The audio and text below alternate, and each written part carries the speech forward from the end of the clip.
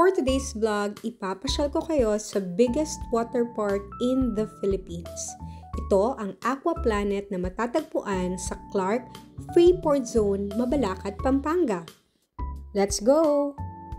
So sa mga bago pa lang sa page ko, ako nga pala si Marsha, isang OFW at guro sa Oman. So currently, andito ako ngayon sa Pinas para magbakasyon and isa tong Aqua Planet sa napili naming puntahan ng family ko dahil bukod sa malapit lang siya sa Bulacan is mahilig din talaga yung mga pamangkin kong mag-swimming. Thursday nga pala ngayon and mas pinili namin pumunta ng weekday para mas cheaper ang entrance fee and para hindi masyadong crowded. Speaking of entrance fee, ito nga pala yung kanilang rates kapag weekday at kapag weekend. At ito naman yung kanilang rates kapag nag-book kayo sa kanilang website o sa KK Day. Less than 100 pesos nga kapag sa KK Day kayo nag-book. Kaya I suggest kung marami kayo na sa website na lang kayo mag-book para mas makatipid. Meron nga din pala silang student at birth month promo sa KK Day at pwede din sa walk-in. Huwag niyo lang kakalimutang magdala ng valid ID. Kasi nung pumunta kami, nakalimutan ng mga pamangkin kong magdala ng ID. Pero nabigyan din kami ng discount eventually kasi may naipakita kaming proof na ang mga batang kasama namin ay currently enrolled at sila ay estudyante.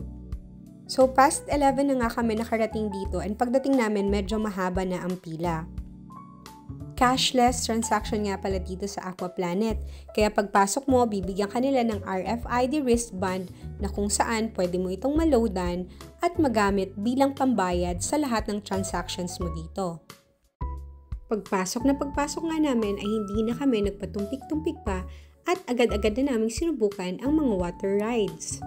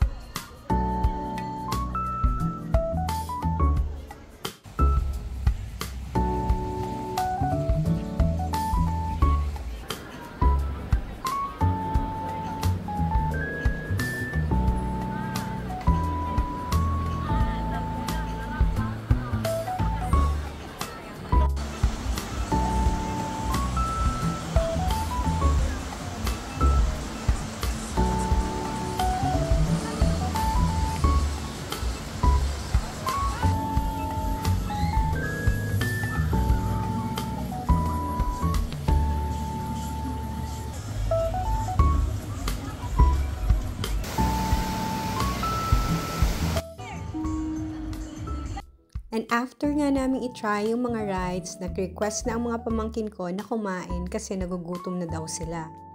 And dito nga ginamit ko lang yung wristband ko para magbayad. Para naman sa dessert ay dito kami bumili sa Sub-Zero. After nga namin kumain at magpahinga, ay dito naman kami nagbabad sa wave pool. Sobrang na-enjoy talaga namin dito. Sinulit din ng mga pamangkin ko ang pag-swimming dito sa Orc Lagoon. And around 3 PM, nag-decide na rin kami na magbanlaw para hindi kami abutin ng gabi sa daan. And that's our Aqua Planet experience. Follow for more travel tips. See you on my next vlog. Bye!